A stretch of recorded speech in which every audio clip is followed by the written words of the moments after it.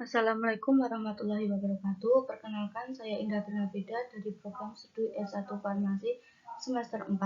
Pada kesempatan kali ini, saya akan menjelaskan mengenai reformulasi suspensi ciprofloxacin yang saya buat untuk memenuhi tugas mata kuliah praktikum FTS cair semi padat.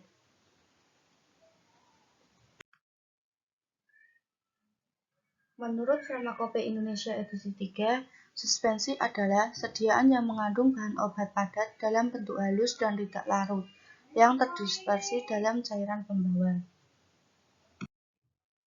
Berikut adalah formula baku yang saya gunakan kali ini. Formula tabel tersebut saya ambil dari jurnal yang berjudul Formulasi Suspensi Ciprofloxacin dengan Suspending Agent Pulvis Gumi arabisi dan daya antibakterinya.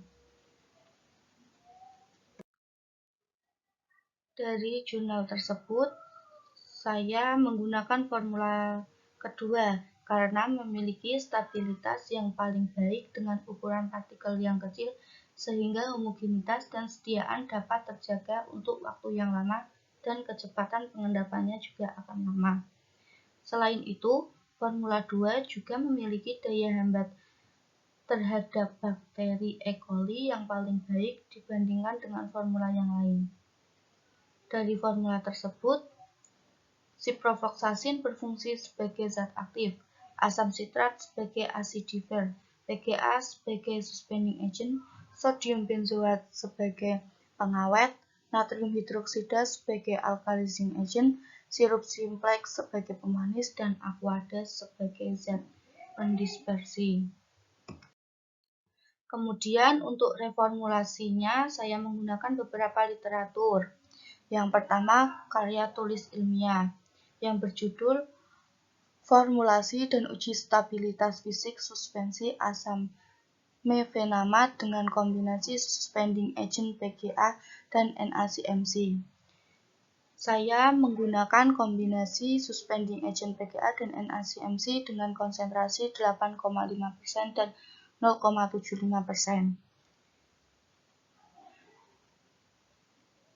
Selanjutnya yaitu skripsi yang berjudul Formulasi Suspensi Kombinasi Ekstrak Lintang Kunyit dan Kulit Batang Mimba dengan natrium alginat sebagai bahan pensuspensi.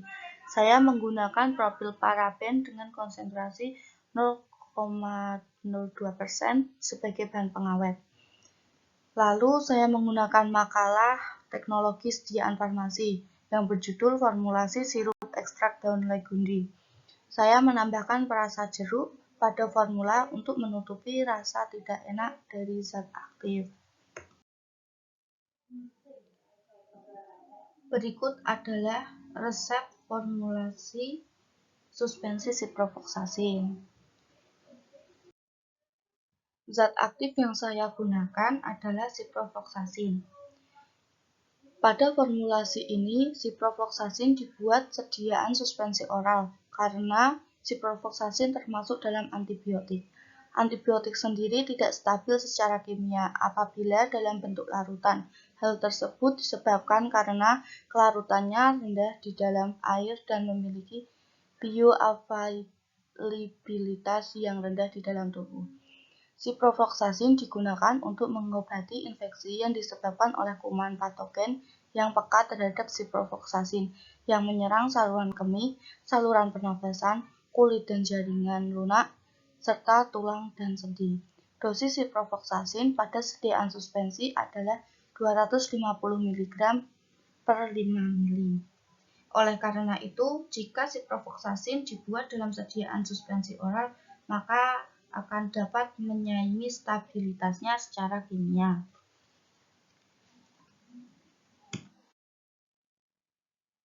Selanjutnya yaitu suspending agent. Suspending agent berfungsi untuk mendispersikan partikel yang tidak larut dalam air ke dalam pembawa dan meningkatkan viskositas sehingga kecepatan sedimentasi dapat diperlambat dan akan menghasilkan suspensi yang stabil. Suspending agent yang dikembangkan pada formulasi kali ini adalah kombinasi PGA dan CMCNA dengan konsentrasi 8,5% dan 0,75% Dari sumber jurnal yang digunakan, konsentrasi tersebut menghasilkan stabilitas yang baik seperti menghasilkan pH yang sesuai dengan sediaan suspensi, redispersibilitas yang stabil, volume sedimentasi yang baik, viskositas yang stabil, dan kemudahan penuangan sediaan. Mengapa menggunakan kombinasi PGA dan NaCMC? Alasannya karena PGA apabila dipakai pada konsentrasi lebih dari 10%, maka akan menimbulkan sediaan dengan viskositas yang rendah, sehingga dapat mempercepat terjadinya sedimentasi dan sediaan tidak stabil. Konsentrasi dari PGA yang sering digunakan sebagai suspending agent berada dalam range 5–10%.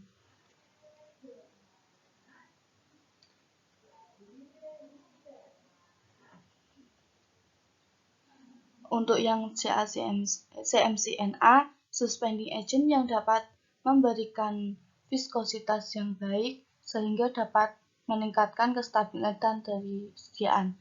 Konsentrasi dari CMCNA yang digunakan sebagai suspending agent yaitu berada dalam range 0,25–1%. Oleh karena itu, PGA dikombinasikan dengan NaCMC.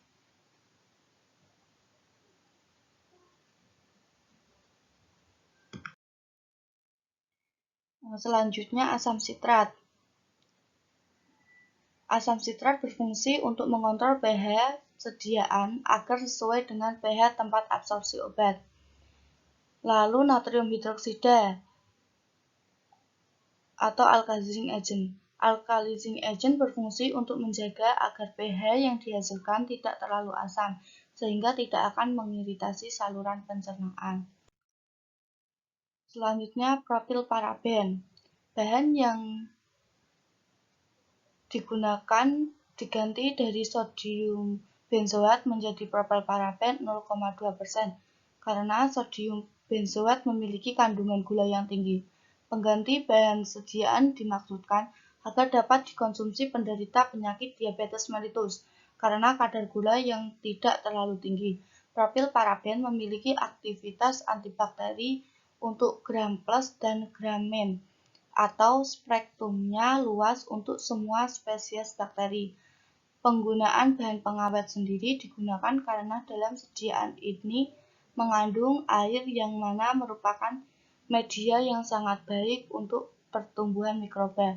Propilparaben digunakan sebagai zat pengawet dalam konsentrasi 0,1% sampai 0,2%.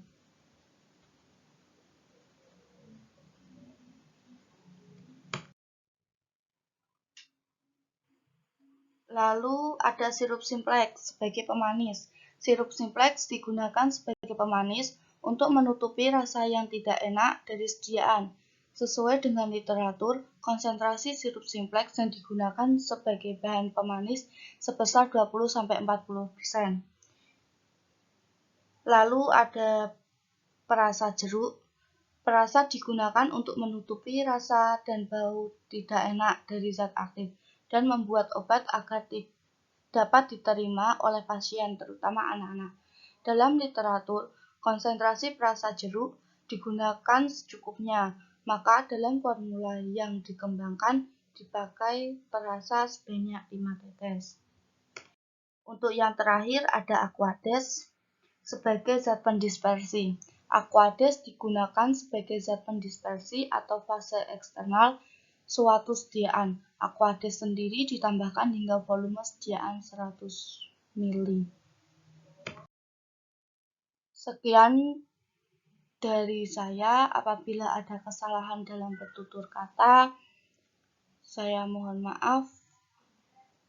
Wassalamualaikum warahmatullahi wabarakatuh.